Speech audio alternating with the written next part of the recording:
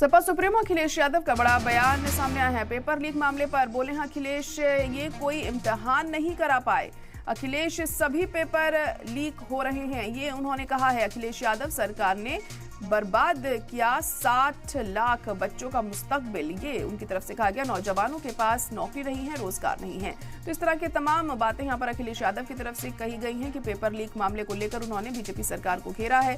Sapa supremo Akhilesh Yadav का बड़ा बयान सामने आया है। पेपर लीक मामले पर बोले हैं अखिलेश, ये कोई भी इम्तिहान नहीं करा पाई, ये इनका कहना था। सभी पेपर्स लीक हो रहे हैं, सरकार ने बर्बाद किया है 60 लाख बच्चों का मुस्तकबिल। नौजवान को नौकरी, 60 लाख बच्चों की परीक्षा नहीं हो पाई, पेपर लीक हो गया और महंगाई जो बढ़ रही है, इसका जवाब है। और स्मार्ट सिटी में क्या बनाया आप? कह रहे हैं कि आप और तारीख यहाँ जाते हैं, आप खातियाँ पढ़ते हैं वहाँ पर। देखिए, ये आप अपनी तरफ से कह रहे हो। अगर आज कहा है, अगर मुख्यमंत्री ने कहा है तो चुनाव आयोग इन पर कार्रवाई करे।